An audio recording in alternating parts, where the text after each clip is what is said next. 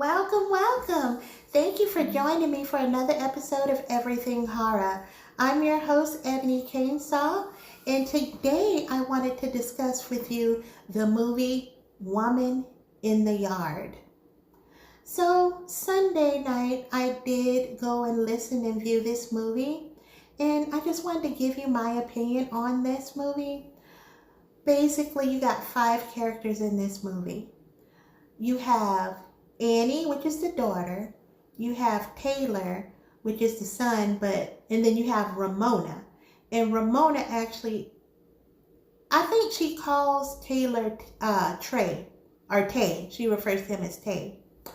So, and then you also have the father, which is David. And when the movie first starts, it starts as the father David talking about how much, he loves the family. He looks forward to building a beautiful home for her and the kids, and everything is going to be harmonious and happy. And then all of a sudden, Ramona awakes because that's a dream that she's having from the last conversation she had with David, like the last harmonious conversation she had with David. So once she awakens, you see her kind of limp over to the bathroom because she's in excruciating pain, and she goes into her medicine cabinet where she grabs pain pills, but then she decides, no, I'm not going to do it. And while she's debating all of that, her son Tay is downstairs trying to, help keep things together because he knows his mother is in a lot of grief. So he's trying to cook the breakfast for Annie and feed the dog, trying to do the best that he can. When he turns on the stove, he realized that the electric bill has not been paid, so he's got to use a match to try to get the stove to work and make a good breakfast as best as he can for him and Annie and his mom. Eventually, Ramona comes downstairs, and when she comes downstairs, she tries to butt in and help as much as she can because she sees that, Tay's trying to do it on his own. They all eventually go and sit down at the dinner table, have a little conversation, a little laughter and stuff for a little moment. And some point they go and they make it into the living room where Ramona is actually teaching Annie how to write certain words and everything, and helping her with like a homework assignment. And so at some point, Annie is, doing her homework the best way she can. Her mom is getting a little annoyed with her, and Trey looks over and notices that there's a woman in the yard. So they go and look, and Annie and Tay, they're like, what in the world? This lady is out in the yard. She has on all black, a black dress. It's kind of flowy, and then she has a black veil over her head. Now, where Ramona and her family is, they're like almost in this remote part of Georgia where it's farmland, like she has chickens and stuff and her dog. So the kids are like, why is she out there, and she's like, okay, guys, okay, I'm gonna go and find out if she needs some help. I don't know why she's out there sitting in front of our house, but I'm gonna go out there. So she decides to go on out there and approach the lady to have a conversation with her. Now the lady in black, you'll notice she's in a black cast iron vintage chair she's just sitting in. And so Ramona's like, hey, why are you out here? You need some help. And, the woman doesn't even realize why she's out there or anything. But they have a conversation with each other that turns out to be a bit unpleasant for Ramona. Then she notices that the lady in black has blood on her hands. So it really freaks her out. She turns around. She limps back, in a rush, go into the shed to go and get into her car. And the car does not work. It's not functional. Also in that yard is where, and this is what I'm trying to figure out. Why would they have the automobile of where her husband was in an accident? And see, that's the whole thing, because at some point in all of this, you find out that that's what's wrong with Annie's leg. Her and her husband had been in a serious accident, and he didn't make it out and she did. So, it's like, okay, you're like putting the pieces together for yourself. Like everything isn't really, when this story starts, everything is not apparent. You have to kind of put it together for yourself, like, okay, this must happen. This happened because of this, I guess. So that's what I was doing the whole time in this movie, is just trying to piece the puzzles together for myself, because it was, yeah, so basically, yeah, you just had to figure it out for yourself. So when Ramona realized the car was not working, she is headed back into the house, and as she runs back into the house, she realizes that her chickens are unalived.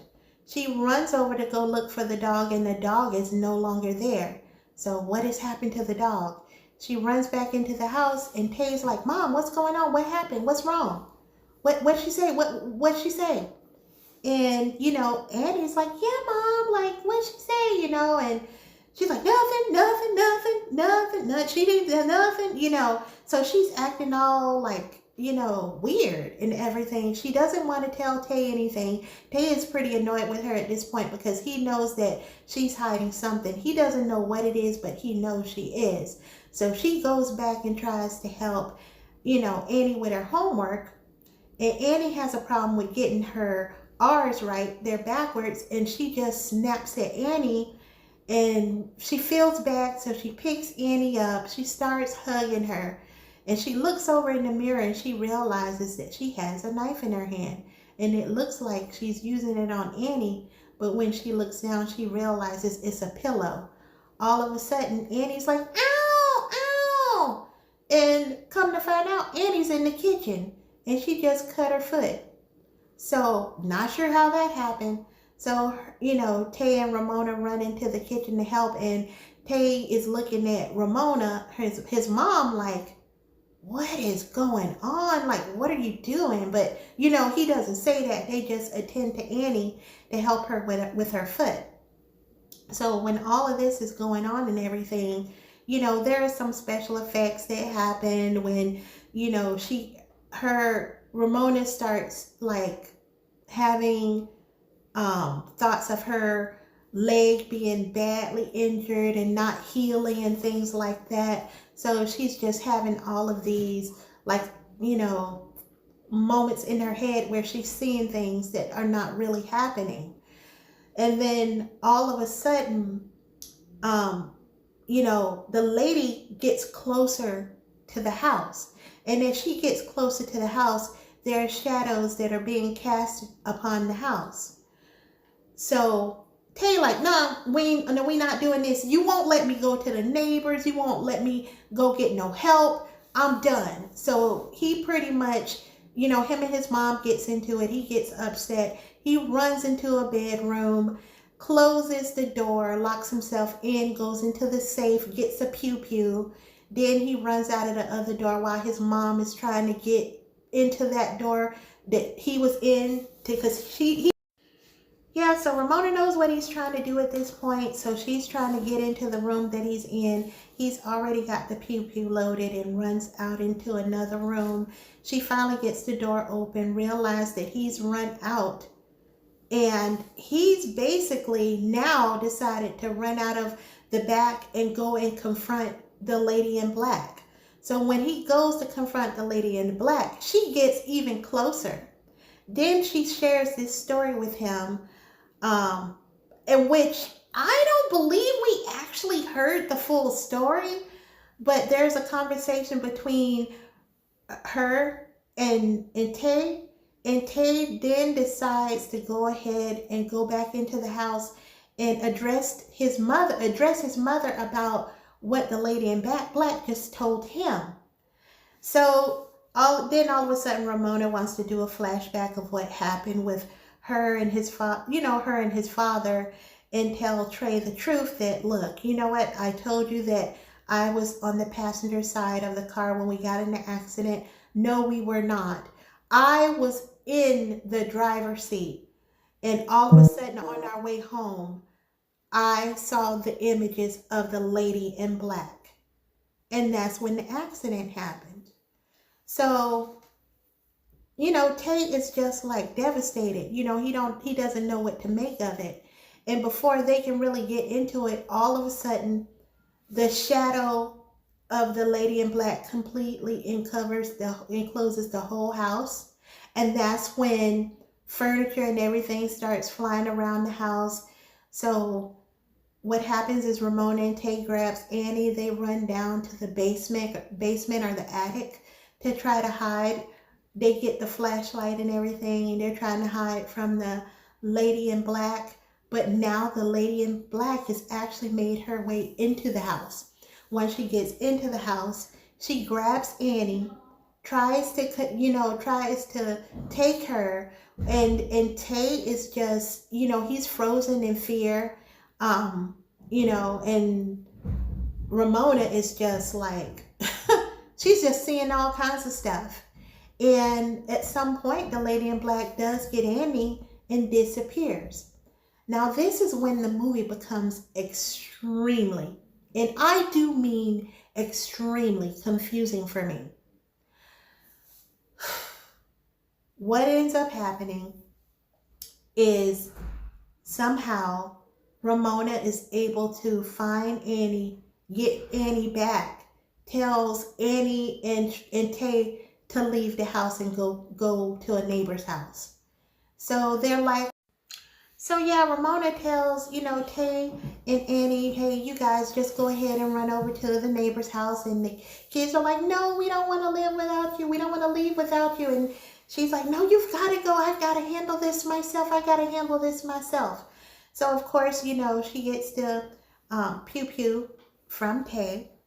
And the little girl, Annie, gives her mom her favorite stuffed animal and say, here, take this with you, So when Annie gives her the stuffed animal, Annie and Tay takes off to the neighbor house, and Ramona goes back into the house to face what I'm assuming is her fears.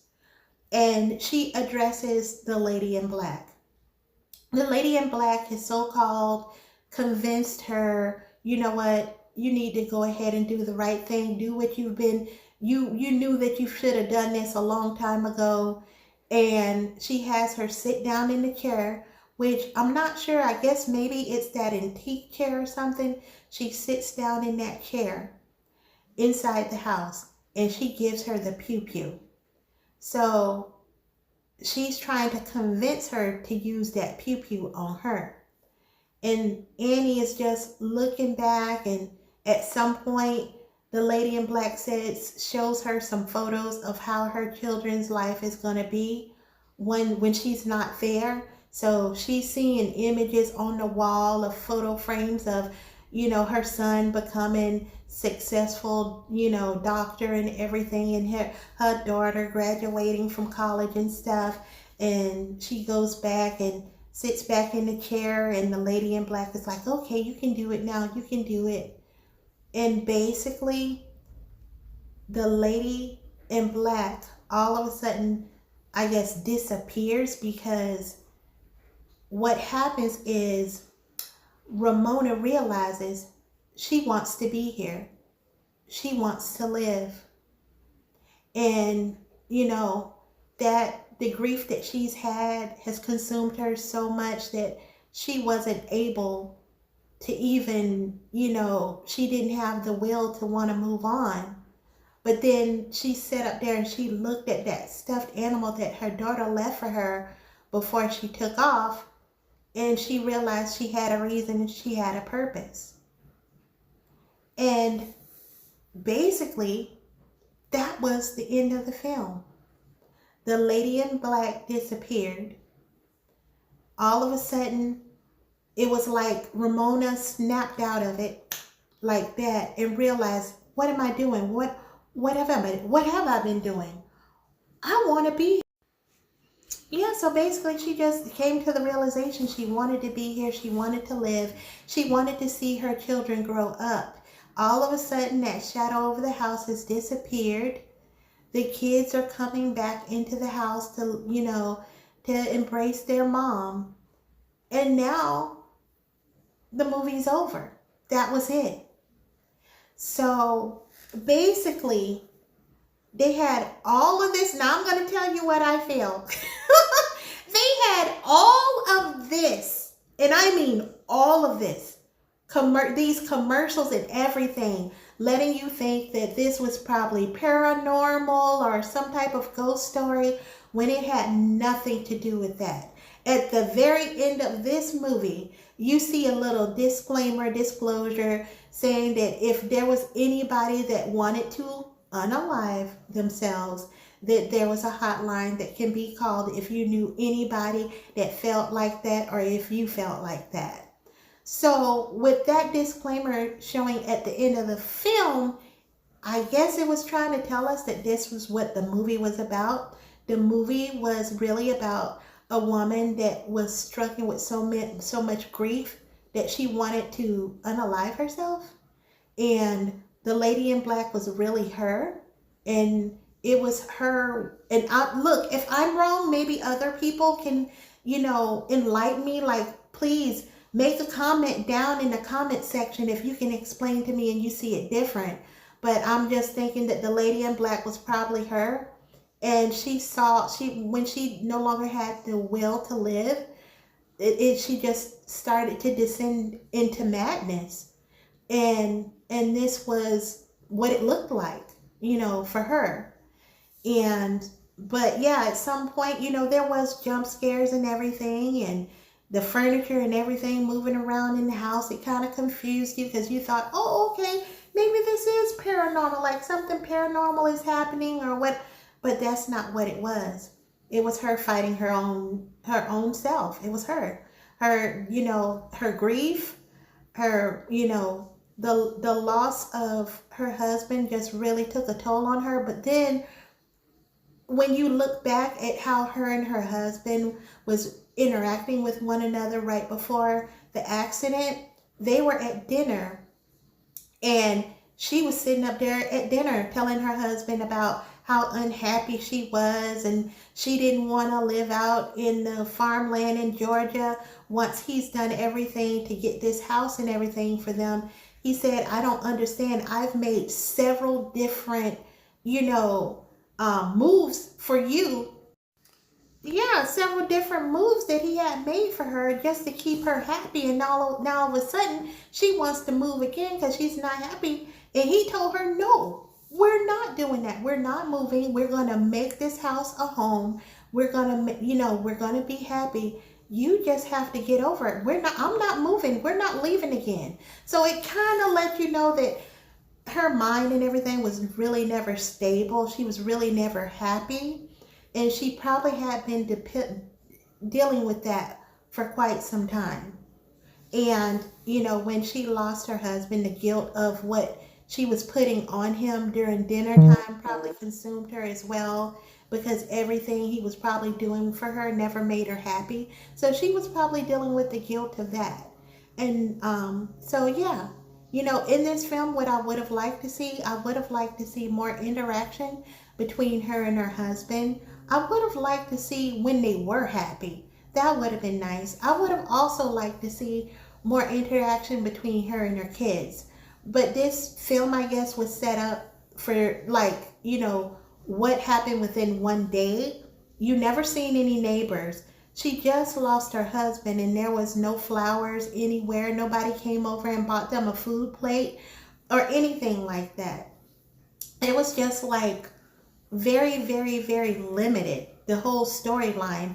I do feel that it would have had potential if they'd invested more money, if the characters would have had an ability to really connect with each other and allow the viewer to be able to feel for those individual characters. But because of lack of dialogue, for me, it just was not there. And maybe someone, can comment down below with a different take on this film. but it was PG-13, and I personally think probably if a 13-year-old was to view this movie, they would probably think it did not give what they wanted it to give. Because they were probably thinking they was going to see a spooky, lady in black doing some supernatural stuff on a larger scale than it really did. So that is my take on this film. I personally was not a fan of this particular film. I would not say I'm not going to recommend it because, for someone else, they may love this film and they may see all of the, what it really meant and all of that. But when I go to see a scary film, I don't mind twists and everything. But instead of this feeling Jordan Peele-ish, it felt more like M. Night Shyamalan. And in all fairness, M. Night Shyamalan has had some good films, but for those films that M. Night Shyamalan, that, the ones that he's made that did not quite land, that's what I was feeling about this film.